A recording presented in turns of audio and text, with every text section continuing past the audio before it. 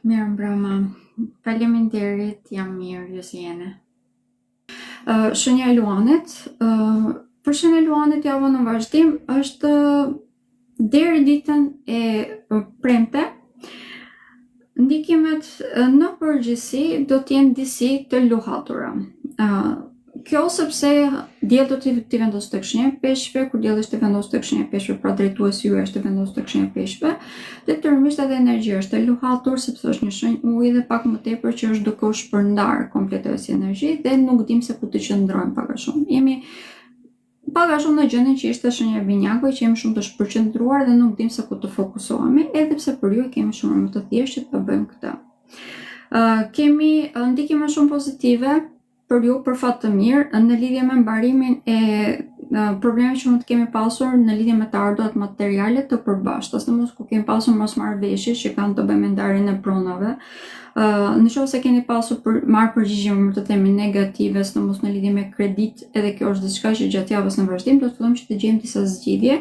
Në përgjithësi do të jenë në favorin tuaj, por kjo nuk do të thotë që do të jenë 100% ashtu, mund të ketë edhe raste që drejtësia mund të çalojë, por në përgjithësi përfundimi do të jetë pozitiv.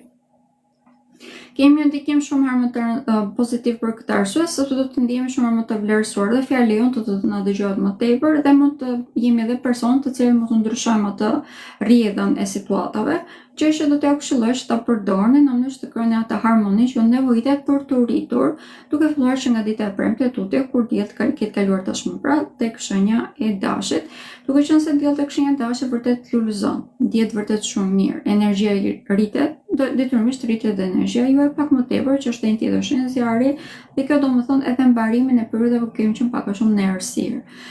Mbarimin e një periudhe ku nuk dinim se ku të lëviznim. Ishim shumë më tepër pesimist për këtë arsye dhe ndaj jetës, në përqasje që kishim qenë ndaj jetës.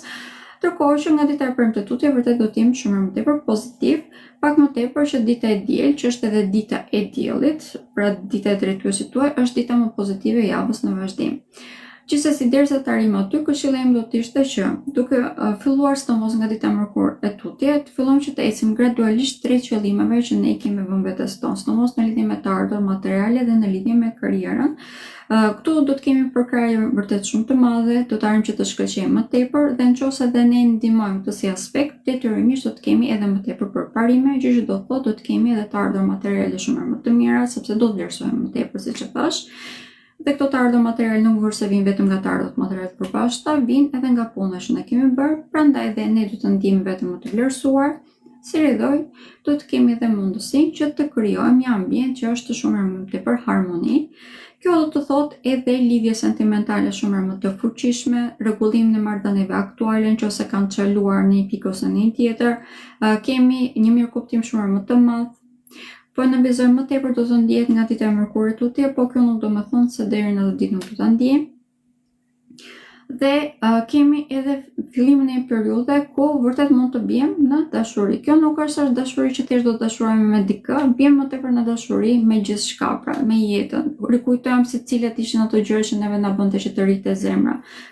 Rikrijohet pasione për që kemi për jetën, që është, siç e thash, ju bën më tepër optimist dhe detyrimisht ju bën edhe që të krijoni një ambient shumë më të përshtatshëm që ju të rriteni dhe që familjarët tuaj dhe njerëzit që keni rreth rrotull të rriten.